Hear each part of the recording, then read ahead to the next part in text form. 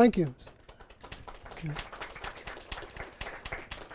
It's indeed a pleasure to be here. This is my second presentation, and I had the misfortune of the fact that my PowerPoint didn't work, and so I had to give a talk without my PowerPoint, and I had an outstanding ovation, and they honored me and said I did a good job. So I learned one thing: I always take my computer with me regardless of where I am, just in case that happens. It's indeed a pleasure to be here. I'm a podiatrist. How many of you know what a podiatrist is? No? Yes? It says medical students. There are 4 doctors in medicine that practice medicine every day. MD, DO, osteopathic, DDS, dentist, DPM, podiatrist. I'm a foot doctor. We have the lowest applicant pool of any discipline in medicine. I'm a regional specialist in the foot and ankle, and everybody got 2 feet. We have a shortage of podiatrists, and so I'm the primary care doc, the general practitioner, dermatologist, orthopedist, pediatrician. We have the best profession that's left out there, but most of you who are interested in medicine never looks at us, and we need you. So you need to shatter. I want you to be whatever you want to be, but I would hope that wherever you are, that I'll give you my email, and if you want to go shadow a podiatrist, I'll make sure that that happens at wherever you are in the world, at whatever university. I'm well known all over the world in what I do. I'm known in medicine because of my specialty area is amputation prevention and diabetes. And so I spent 30 years at the University of Texas Health Science Center in San Antonio. I was a full professor there in the Department of Orthopedics. I had one of the busiest services there. I was seeing about 13,000 patient visits and about 300 admissions to my service. So internal medicine, family medicine, general surgery, vascular surgery, they all spent a month along on my service learning about the foot and ankle. So podiatrists know more about the foot than anybody else in medicine. In regular MD medicine, the foot tend to fall between specialties. They'll treat it well, but nobody spends the time knowing what we know. And so that's why you need a team of people taking care of that. So interprofessional education, the Affordable Health Care Act, which they call Obamacare, cost and quality, we got to do a better job working together in teams. And being at Western, we have 9 colleges in every discipline in medicine, including a vet school. And when I left Texas to come to Pomona in 2007, I retired after 30 years to become the founding dean. So I was kind of like the wagon train coming west. How do I know how to be a dean? I ain't never been a dean. I'm a farmer. I grew up on a farm. And farmers have what I call expectant faith. Plant a seed in the ground, do you know it's going to come up? Maybe it come up or not. Sometimes it comes up, the insects get in it. Don't rain. Crows get in it. All kind of stuff happens. That's how life is.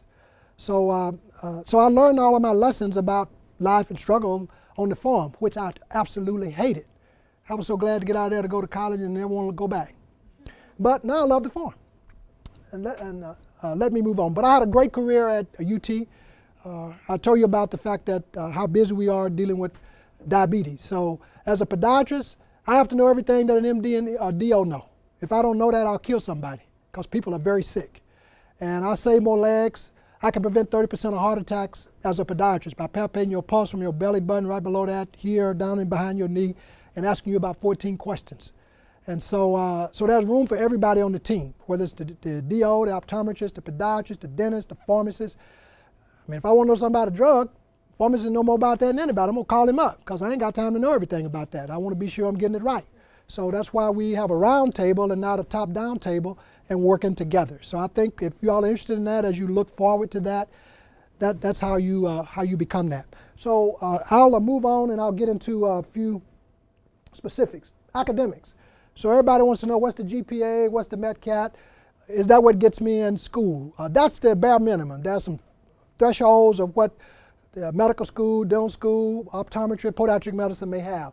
So if you go into an MD medical school, you probably need a 31 on the MetCat and probably a GPA of a minimum of a 3.5, and that's the lower range. If you're going to Harvard, you're going to need a 3.9 or a 4.0 probably.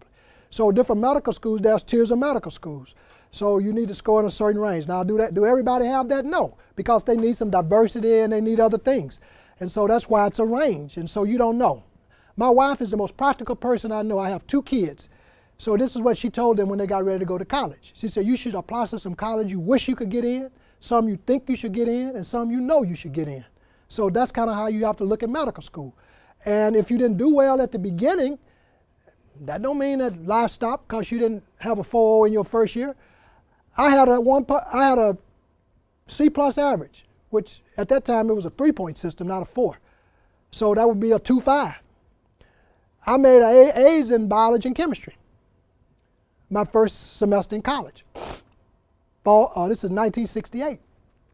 And the best thing that happened to me was I pledged a fraternity in my second semester of my first year in college, the spring of 1969. And they had 23 charter members. They were all African American.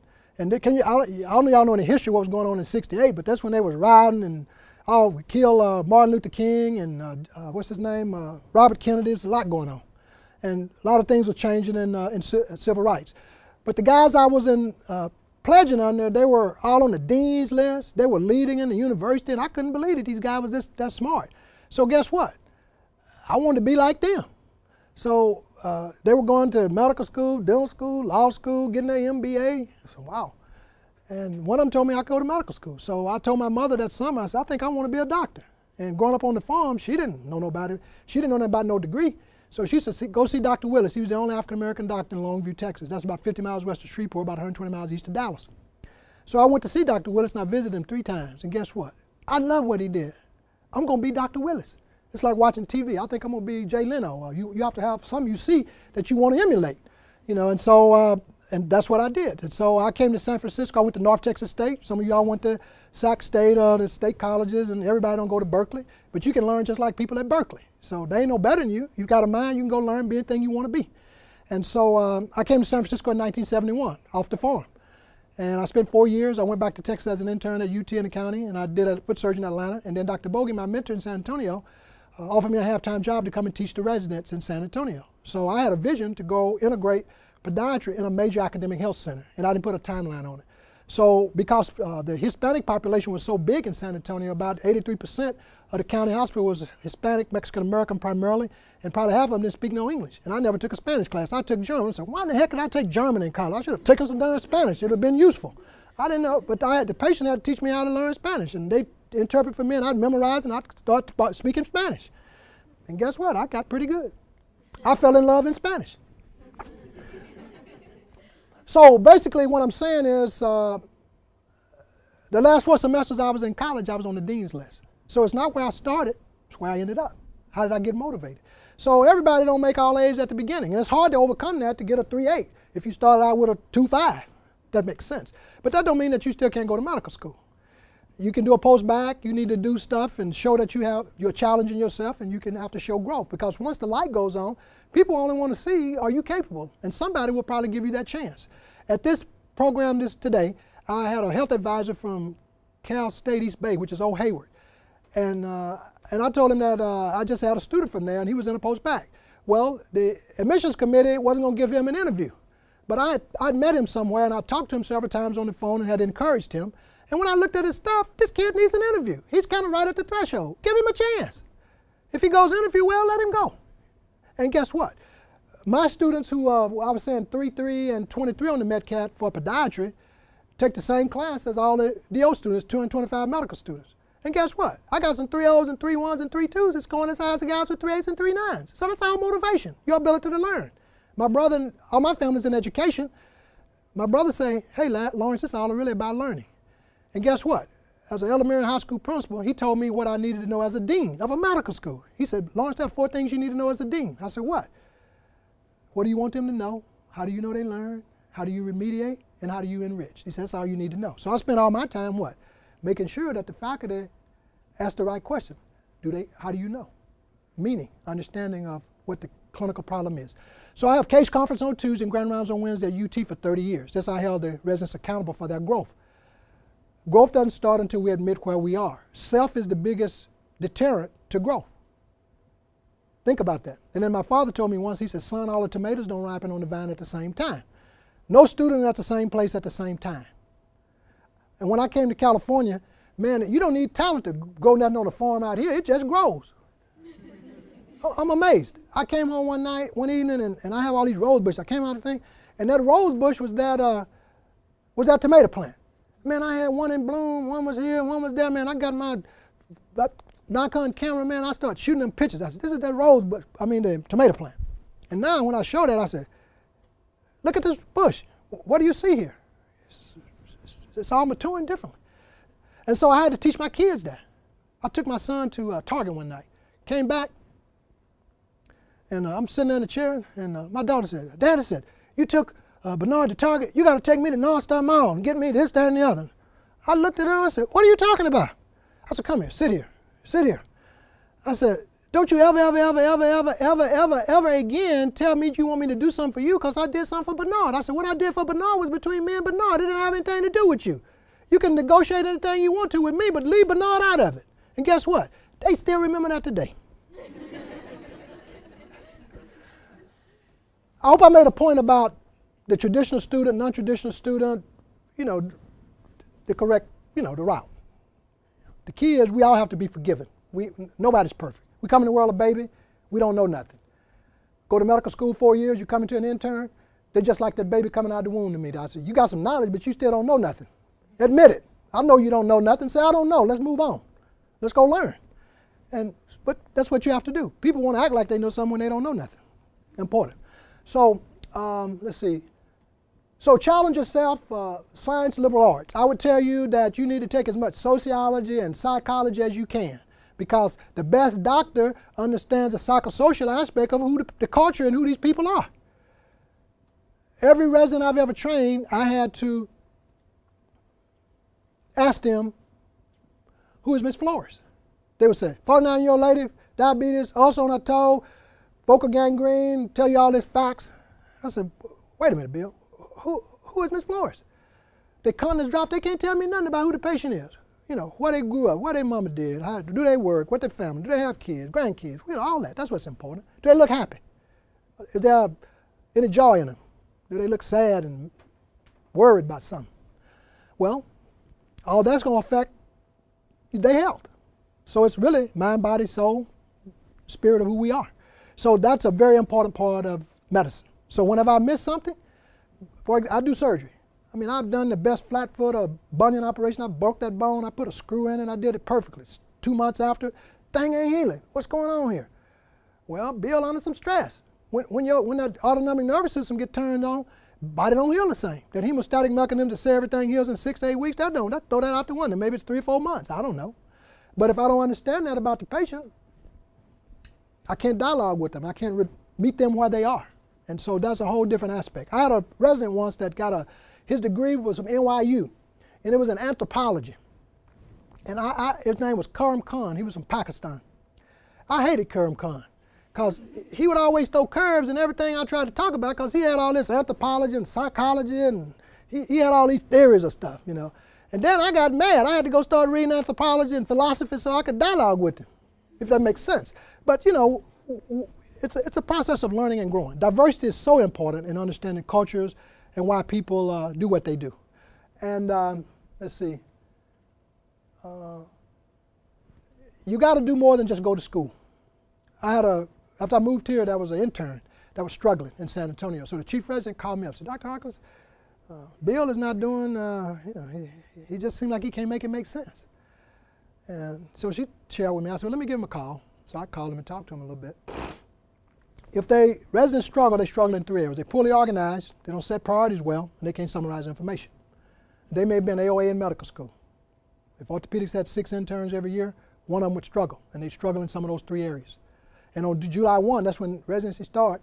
Y'all ever got on the train, Amtrak, anything? Or the Caltrain? They say, all aboard!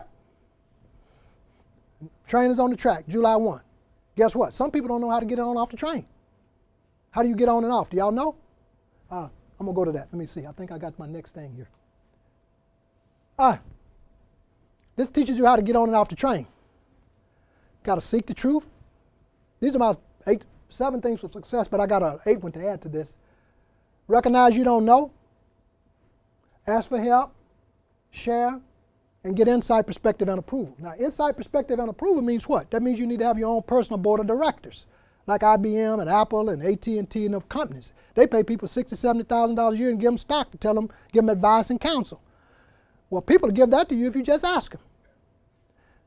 Your neighbor, people at church, priest, coach, volleyball teacher, piano teacher, it's endless. People want to help you, you got to ask them. And you can't assume that they know. So what does ASK mean? Will y'all tell me what that means? Anybody know what ASK means? What? You were saying something? What did you say? Ask. Well, I'm a biblical scholar. I'm trying to get a PhD in the Bible now.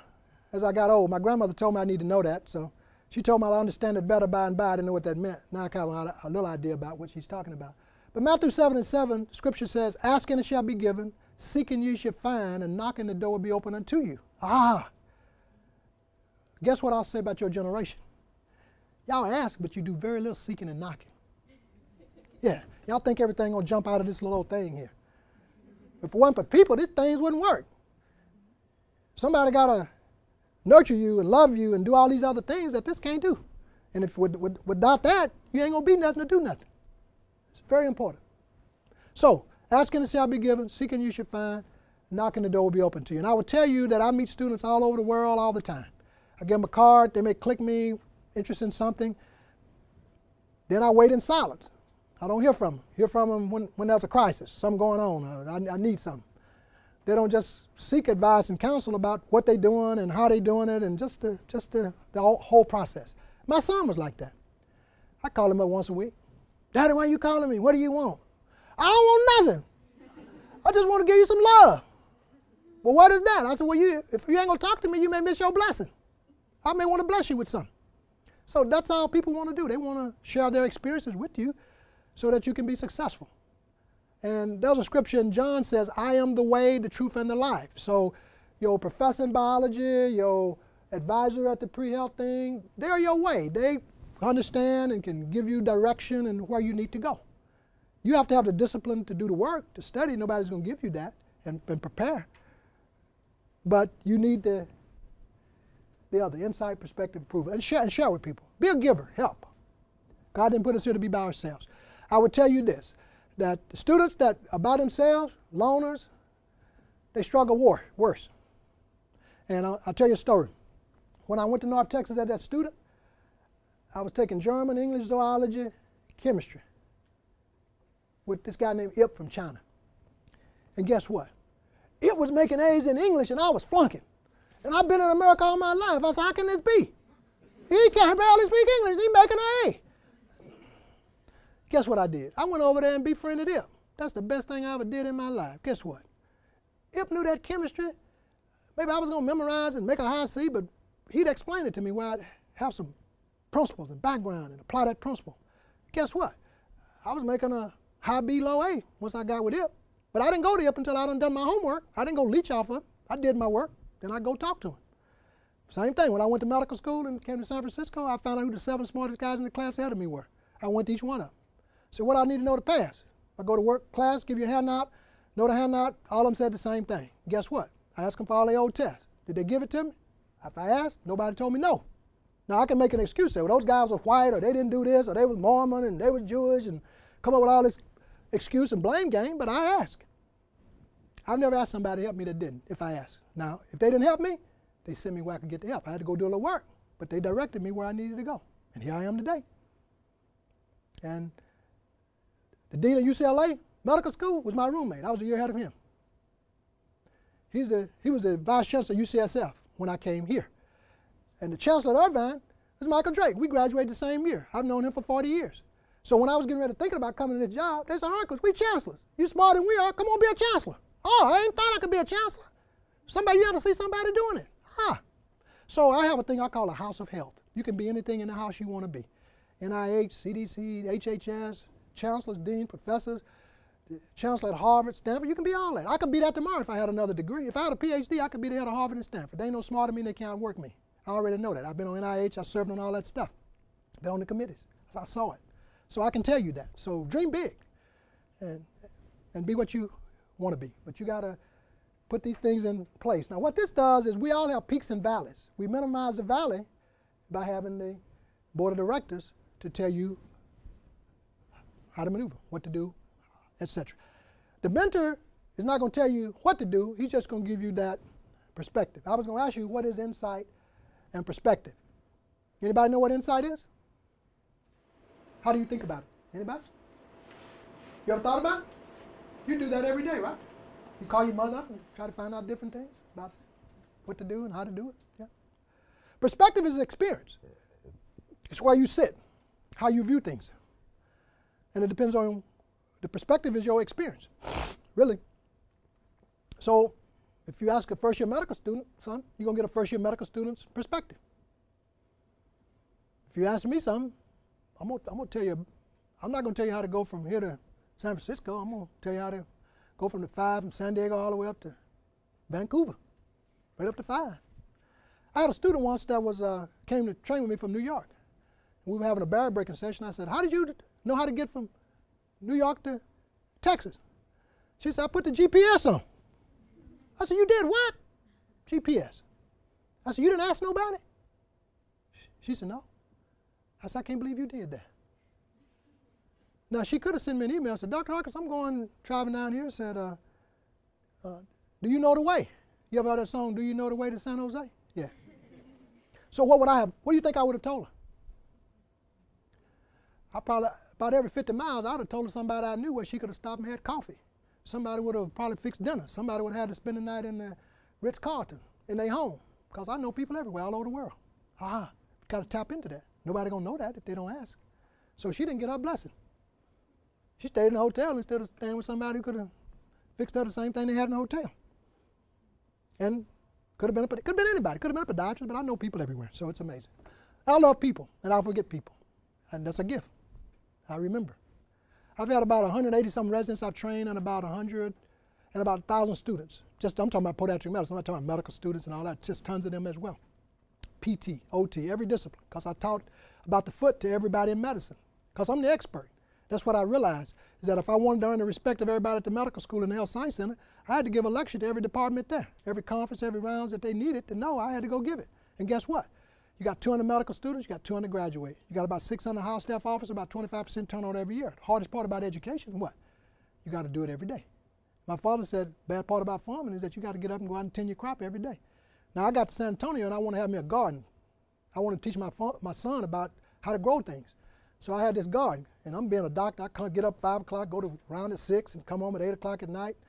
And I planted some tomatoes and some different stuff out there. And man, I went out there, and them bugs and insects were eating all my tomatoes up. So I had to have him to go out there and check it for me. So I called my dad up. He said, son, if you don't go out there and look at it every day, something will happen to it. So you got to pay attention to the process. Any questions on this? This is important. That's how I raise my kids. If something happened, I ask them which one of these things they failed in. The last one should be recognize where your power comes from. Spirit of God in us to do what we do in terms of who we are. That's important. We're in control.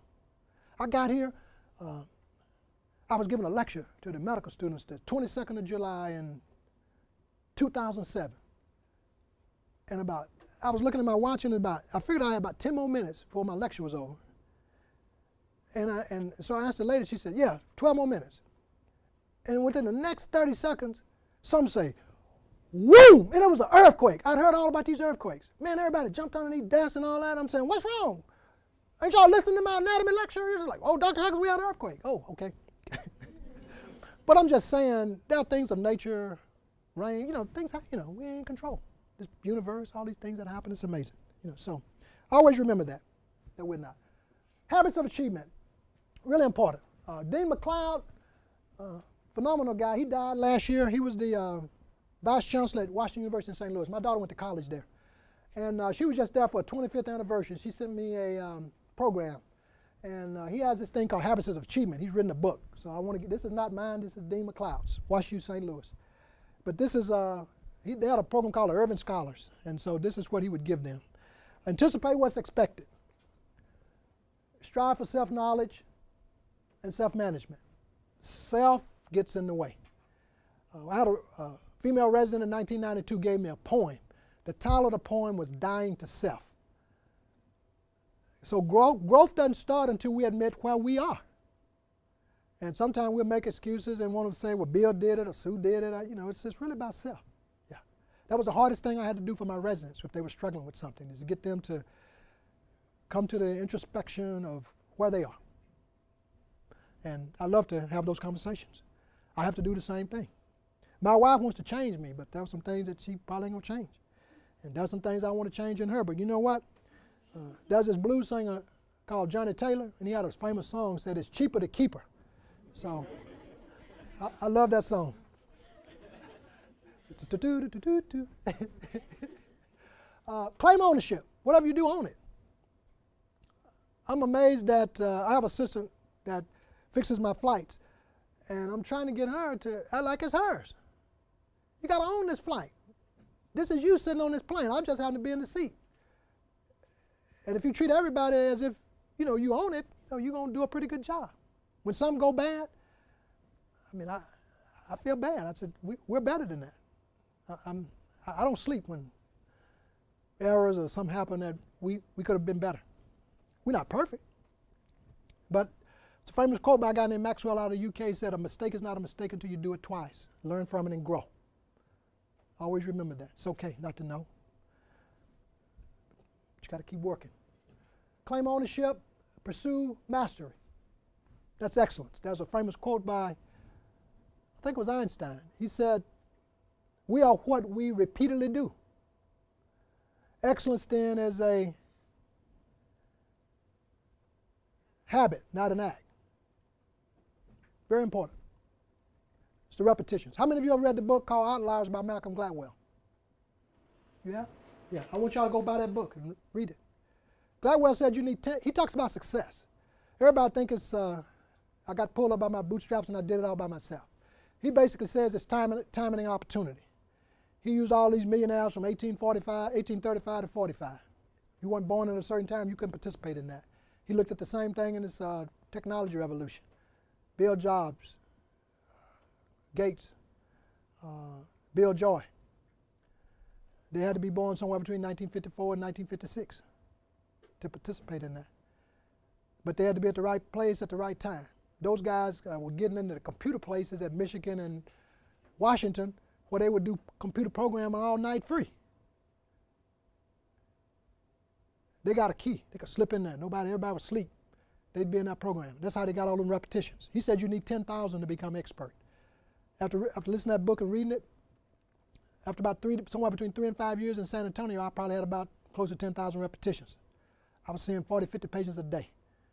They were sick. I was scared, thinking I'm going to mess up. I'm reading everything I could read at night, calling every consultant I could to make sure I didn't get it wrong. That was those repetitions. And a lot of times we want to avoid work. We want to not do nothing. Do the less as possible. I don't want to go to that doctor. And guess what happened? They came up with this thing called the 80-hour work rule. They could be in the middle of operation, the clock hit a certain time. They say, well, it's time for me to check out. That's why I left UT, because I got upset about process and learning and all that. And it's really, I think you may have to extend the time of the residency, because I don't know that they're learning what they need to learn. And what happens is that God gives us an ability, but we have the capacity to expand our ability unlimitedly. We don't know how good we can be until we get pushed. And that's what our internship and residency does. That's what boot camp in military does. The tour days in football. If you play, women are playing sports and doing stuff just like men. And so those are things that stretch us. Or it's that dance teacher or the gymnastic teacher. So it's all about that work ethic and that ability to work hard and grow. I was the slowest guy on my track team when I was in the 9th grade. By the time I was a senior, I was running on the mile relay. I ran with them fast guys and I got better. I still wasn't as fast as they were, but I wasn't so bad. I got better. Pay attention, be a giver, seek meaning and purpose. What's your gift, what I want to do in service, find out what that is and pay it back. My minister says service is the price we pay for the space we occupy. So we all have to give back. And the people that don't give is just taken from the system.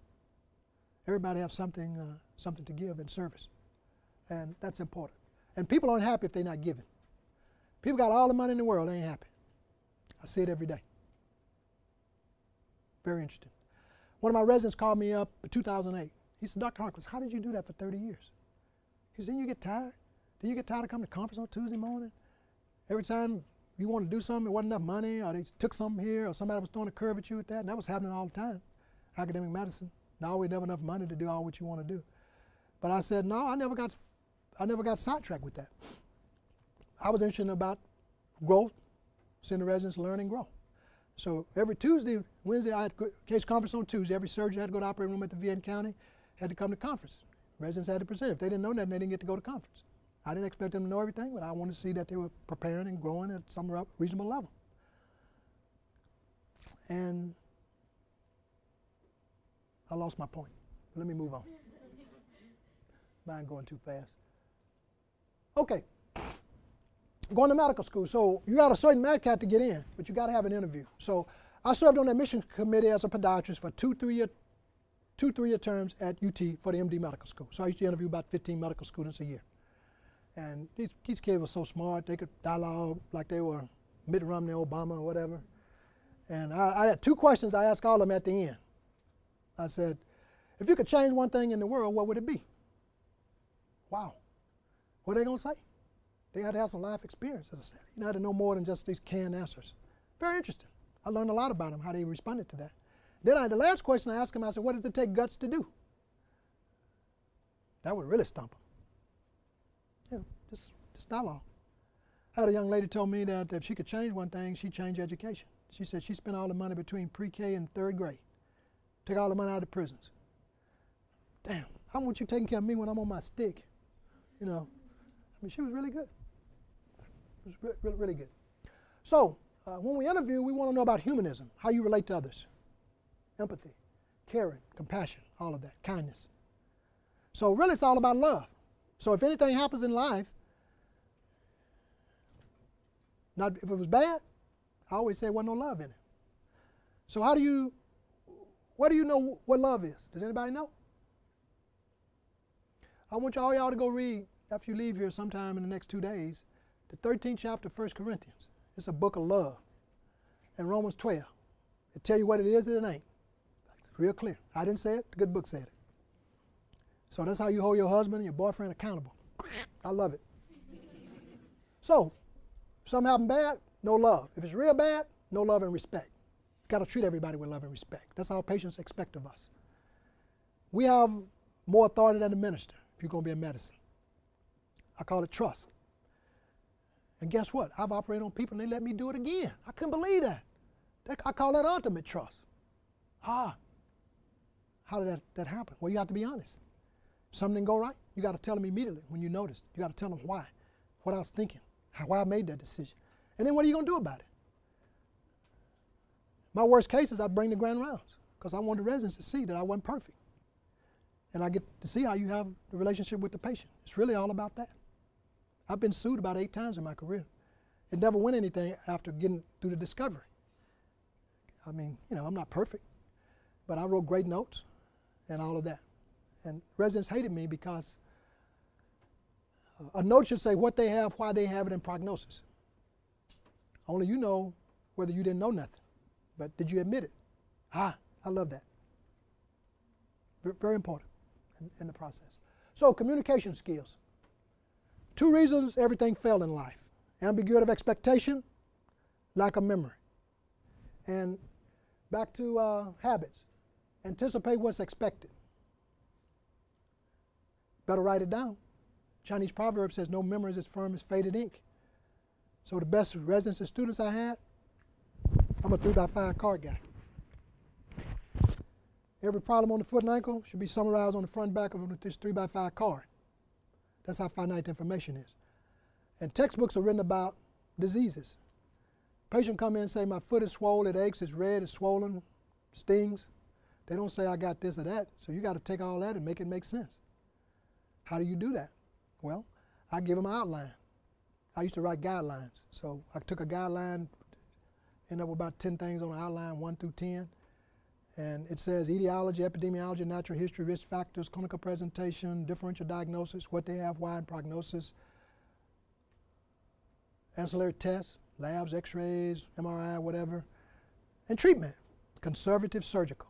And the last part is outcomes. What are the 3 best articles on that topic and does it work? How do you know? And that's the outline.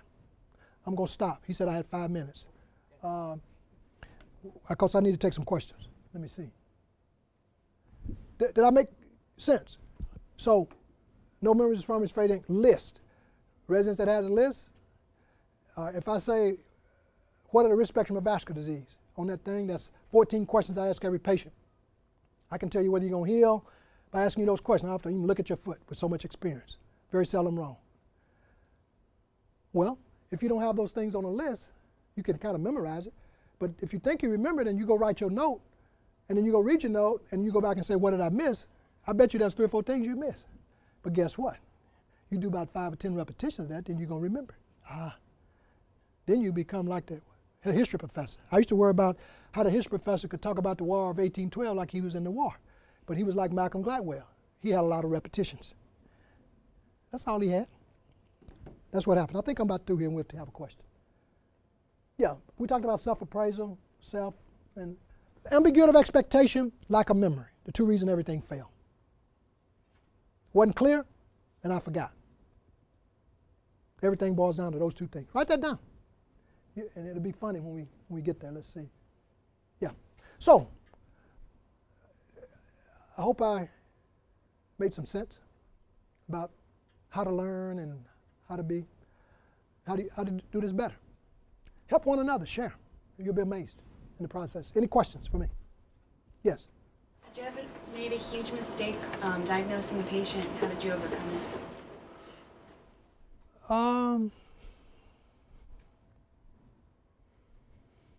Yeah, we make mistakes all the time. I'm trying to think of, when I say overcome it, you can't overcome it. People get sick, and I've gave patients antibiotic, and they were allergic to something, and I didn't pay attention, and they had a bad rash. And the next thing you know, they're on steroids, and instead of being 2 days in the hospital, in there a week and a half. Well, hell, that's a lot of darn money. I always said it's not a mistake until you do it twice. Have sleepless nights, it bothers you, but I ain't never made the same mistake twice. I'm paying attention, and that's why you need a team of people. So you got a medical student, you got an intern, you got a resident, you got a fellow, then you got faculty. That's like 5 people. The likelihood for something happening, if everybody doing what they're supposed to do, is real rare. Medical students, they amaze me. Because if we're not sure, if I'm looking for something and it's not making sense, a medical student, somebody would pay. Dr. Harkless, I was talking to Ms. Jones last night about 7 o'clock, and she told me so-and-so. Next thing you know, that's that little piece we were looking for. But we didn't ask. Patients don't know to tell you everything. That's why the best doctor is the nosest doctor. The best doctor is the one that gets the best history of the present illness. And he's consistent. He parks at the bed, and he does that. And you got to know who they are, whose they are, why they are, where they're going, where they came from. I had a patient once that, y'all heard of methicillin-resistant staph, infection you get, and it's really bad. Well, I had a patient once that had a problem with her 4th toe, and I took her toe off. And we didn't cover for MRSA. We covered for staph, and I think we may have covered for one of the gram-negative enterics, like E. coli and Bacter, some of those things. And by the time we got that thing, it was 4 days later, and I ended up taking I had to take all her toes off because that infection got that bad. Well, then I was familiar with risk factors for MRSA. Does she have? When they say risk factors, I want you to know what the risk factors are for that disease, because if you don't look at that and think about it, then you may not intervene with the therapy in the manner that you need to intervene. And so that should be very, very clear. So that's why I have conference and rounds every week. I cover the whole foot and ankle on Tuesday morning at 7 o'clock. And what I'm trying to do is teach the students how to think. So if I'm covering this Tuesday morning at 7, we're going to have rounds on ingrown toenail. And all the major articles for ingrown toenail is not written in the United States, it's out in the UK and England. So the title of the thing is the ingrown toenail toward a scientific basis for cure. That's the title of the rounds. So I'm going to present 2 cases. I'm going to show an OB-GYN guy that had some redness back here around his cuticle, and he had a little lymphangitis. Then I'm going to show another patient with a really big fat granulomas on both sides of his toenail, and then we'll go through that. Now, it's interesting. I was on a scientific advisory panel in 1989-90 on ingrown toenail, and 12 experts around the country couldn't agree what was the best way to treat it. 6 was on this side and on this side. Half of them said, I block the toe, take the nail, put some medicine called phenol to kill the cuticle, root back on the cuticle, do it right there on that one spot. Half of them said, I give you antibiotics for 10 days and fix the nail 2 weeks from now. Now, if I did it the way they did, I'd probably make $200 more every ingrown toenail I did. So that means I could have a Mercedes up in Beverly Hills maybe. I could play a high card note. But who was right? Well, I had to go do a study to prove I was right. I already knew I was right because I would do 5 to 7 ingrown toenails a day in the county hospital. I've been doing that forever. I already knew that. I fix it on the spot. Need no antibiotics. The nail will act as a foreign body, cause inflammation. Once I pull all that granulation tissue out of there, it looks normal. And if it's not redness going up here and no nodes, it's a localized problem. Fixed it right there. So that's why you have to have science. You got to do studies, and you got to prove things. I have one thing. In God we trust. Everyone else must show data. I don't get mad. Go get me some data. So if I want to go prove to the county commissioners that they need a podiatrist at the county hospital at San Bernardino and Riverside, I got to go get some data and show them. I need 5 minutes on my computer to show them why they need to be doing the right thing. Seek the truth. That's what I had on there. That's number one thing. You got to have data. And that, that's kind of how I try to do things. We can get personal and euphoric and, try to tell people, but you got to have some stats and data in the process. So that was a good question. Yeah, we all make mistakes. I think patients don't expect us to know everything. They realize we're human, but we want to act like we ain't. We get prideful. We're not here humble. And when that happens to you, they're going to sue you and they're going to get the most common lawsuit in my profession, below knee amputation. Because the patient want to blame somebody because they lost their leg. I ain't never lost. I'm too old, but I was a little boy. I used to have this show on TV called Perry Mason. He was a lawyer, like Marcus Webb, MD. That's still before your time. But she's laughing. She knows what I'm talking about. But I've been an expert witness, and if I can go get some slides, if they get the judge that allow me to show some examples, I can prove anything. If that makes sense, But we do things. I had a lady got mad at me because she lost her toe. She had a spiculum ingrown tail. The head of internal medicine at when I was at UT sent it to me, and I was late coming in on a flight. And my chief resident, I think was a fellow, took the spiculum, put a little phenol on it. Well, her toe turned black and lost her toe. Well, her husband worked in the emergency room, so they sued me. And this lady was a scumbag. Scumbag is the worst of all. She didn't take medicine for 5 years. So she had all the complications. My risk spectrum I was talking about, the resident wasn't obedient. He did not do the risk spectrum because Dr. Armstrong, 2 months before my thing, had done a similar procedure on the contralateral toe. He got a little history, feel like that. She had a little pulse, thought it was going to heal, didn't heal. So you get, the average lawsuit is $1.5 million for amputation or something. It's a huge thing. And if you explain and tell them why and do your risk spectrum, there's a difference between judgment and malpractice. I believe that people should get paid if that's true malpractice. You need to own it up, and that's why you have malpractice. The insurance company should write a check. Shouldn't even have to go to the lawyer. And safety and errors in medicine, most hospitals are doing that proactively now compared to how they used to, because they try to hide things and want to tell the patient the truth. Patients get mad at you if they find out from somebody else that you messed up. And that's when they'll go to the lawyer. One of my worst things was I operated on the dean of nursing school. She was like associate dean. Her husband was a professor of pathology. He did all this research in cardiovascular on these baboons in San Antonio. And I did her bunion. And 11 months from the day of that bunion, she came back, and I went in to see her, and she looked at me and she said, "Larry, what did you do to my foot? My second toe is sitting on," it was like that. So what I went in to correct had recurred. And I felt like going through the floor. So that was the hardest thing. But guess what? She let me do it again, and I got it right. I think that's about it. Any other questions? I hope I help you all in giving you some thoughts and the non-traditional students process. Life is a process of growth, and that's all it is. And people that understand that tune in, that have the mentors and all that, they minimize the valleys. You're gonna have some things you can't prevent. We're gonna all have some things that we have to deal with, but you minimize all the mess. Some people just it seems like they're always dealing with mess. That's unnecessary. So we're here to run interference for you, to help you, and there are many people that want to help you. The only thing you have to do is ask. You have to create those types of people in your life, and most people will do it for free. It's not like you have to pay them and give them $60,000 and some stock to do that. And guess what? as you, to be successful in medicine, find out one little thing that you want to be expert at. And I've been all over the world doing diabetic feet.